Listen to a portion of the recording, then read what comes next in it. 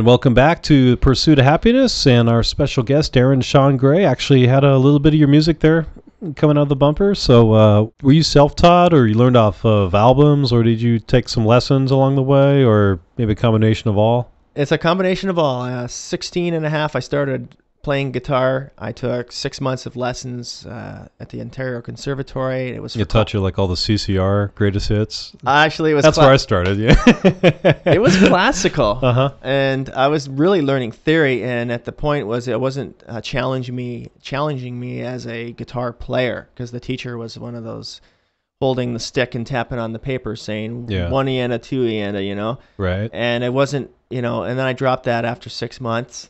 Got into a band. You're kind of like Paul McCartney. You can play little drums. I'm sure you can play the bass. I haven't seen you with a woodwind or a trumpet, but okay, maybe not that far. But could you? You're pretty much a multi-talented instrumentalist. I'm good with my hands. I learned early on that my singing voice wasn't all that. No matter how hard I tried, I just made an embarrassment to myself. And when I picked up a set of drumsticks, I had a natural talent for keeping rhythm. Though I was left-handed, I always played on other people's right-handed drum sets. I just learned, just to kind of accommodate myself to a backwards drum kit. But finally, when I came out here in California, I saved up my money working, and I bought myself a drum set and set it up truly left-handed. And that's where I really realized, wow, I could actually have been a real drummer. Had I had the money and the time, the space to put the drums. Because creativity should always come out. It should not stifle creativity. Yeah, otherwise it's going to sit there in your head and drive you crazy. You got to get it out. Actually, you mentioned score and stuff, and I'm going to come back and talk about your video skills and your music skills and how that's going to apply together. But right now we're actually going to put on I think we're going to roll a song here. I'm going to play You've Been Told. That's actually the one song that has the most success out of all my online music, because it was actually nominated in 2006 for the Southern California Music Awards. Very cool. Nominated for Best Metal. I didn't win, but it was wonderful because, I wasn't officially a band, just one guy made a song. Top 5 tracks of the year nominated. That's usually what that means. So I was on the compilation disc for that, specifically for the Southern California Music Awards in 2006. As well as Sunset Strip also put it on their side disc as well, because they're kind of affiliated. Cool. And it's amazing because I didn't even consider it a finished song. It was I call it an instrumental because it doesn't have singing on it, because my singing's not worth hearing. So drums, bass, many layers of guitar and melodies, all mixed together, all homemade, homegrown in my own house. Maybe you have it all without vocals, Yeah, you know what? I made it a little busy, so maybe singing wouldn't be a good idea there. Yeah, well, I know Joe Satriani's one of your favorites, and he's a guy who's done pretty well with not having a lot of vocals on his albums. And we'll be back in a few minutes on The Pursuit of Happiness with our special guest, Shawn Gray, today in studio. Welcome back to The Pursuit of Happiness once again.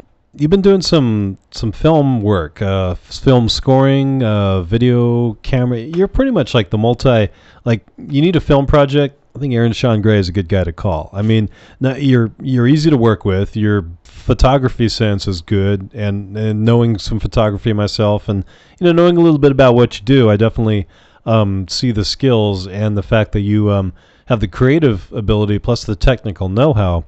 I'm saying that's pretty good as gold in the film business. Yeah, I think the only thing I'm missing is a good stash of money to get a high-quality 3 CCD high-definition camera, and maybe some proper editing software. And because I'm working with something that's $100 software with a maximum of 3 video and audio tracks, so I am working with limited technology. But yeah, you're right. I really wring out every ounce of my creativity and painstakingly edit everything. So I try to clean it up. So I'm a perfectionist, working with limited resources, so I'm doing the best I can. Absolutely. But I know I can do better. Absolutely. So you've had some stuff that's just been included in some of your music has been scored in some productions recently? Well, actually, I took a film course in February, which led me to working with other people in the class. I've been taking home raw footage and editing it on my own, and I have a plethora of musical toys, and I say, hey, I'm going to score my own music here. And so I started mixing my own music into some of these pieces I wrote and then I got lucky enough to hook up with a man named Paul Hextall, who owns Cat Eye Productions, and he started shooting a short film called The Final Stretch, and he asked me to be continuity supervisor. And also, knowing my caliber of music, he asked me if I can do some music for him. We're actually still a little bit in the production at this point. We're almost ready to wrap up, but I'm actually making music specifically for him. He's just kind of making a made to order. You know, he asked me, yeah, I want it this fast, I want this kind of feel, I want it to be happy or sad, and you know, I said, you know, I just start building it one piece at a time, and we'll just see how that goes. But I'm trying to get as much original music into the film as I can, because that really became a segue for me once I started videotaping for YouTube, that not only do I just want to make audio tracks and be in a band on a stage and tour the world, which I would love to do, at the same time, I also want to connect video with audio. Right. I just love movies. I'm a movie addict, and I just love hearing a good soundtrack with film. It just connects to me, and that's the passion. Yeah, I think somewhere on my MySpace page I'd probably say, like, you know, music can enhance the film, or, you know, film can remind you of the music that you forgot about in the film, and just make that connection, where film brings like this just conglomeration of you know, musicians, artists, you know, actors, photographers, technical editors, and creative people, and just whoosh, you're right into a big storytelling potpourri. So it has so much going into it, and I think it's really exciting that you have a lot going in a lot of different projects right now. Oh, I'm very lucky. I'm very blessed that I'm just starting to get good connections now. I just thought I would never find connections, because my only goal is either to make a living with music and or film. And as soon as I saw, hey, you know, people make music for video games, they make music for radio, television commercials. It's not that I'm not capable of that. It's just I don't know the person. I can't get my foot in the door. So now I'm just thinking I'm starting to awaken to the possibility that there's money soon coming around the corner, because you know, I don't have very much money, and I put everything I got into my creative pursuits, and it'll be nice to see myself being a well-off, hardworking guy in this industry. Absolutely, being able to be happy with your creativity, and you know, have a roof over your head, and and things like that. But you know, more than just that. I mean, we kind of bottom line it like that. But you know, myself, you know, being able to work in radio. I mean, I think, okay, I had a nice voice. You know, do some things here, tell some stories, interview people, being around music, and then talk about movies and cool subjects and stuff. Yet at the end of the day, even though I've maybe worked a 10, 12, sometimes 14-hour day, or 6-day, 7-day stretches, at the end of the day, I go, you know, I'm happy. I had fun today. It was fun working today.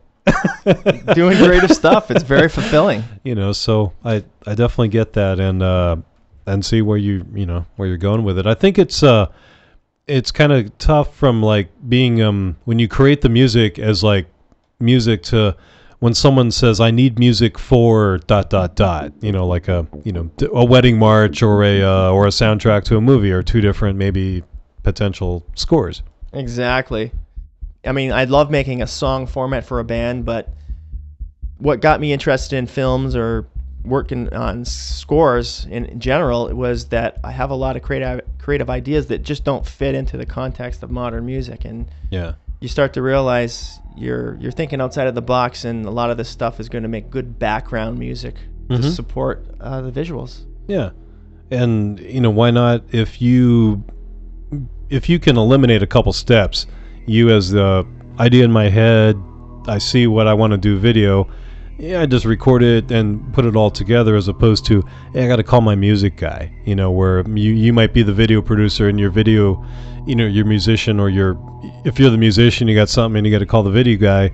Where now you're like, I just save a step, and I'm just like one step further on the whole process. So I would think, you know, give out your information more. I think people should be taking a look at some of your stuff and contacting you. Hopefully I can get connected with the right people and do something good and on a bigger scale, because yeah, I love doing it all myself, and yes, your creative output is not diluted. Yeah.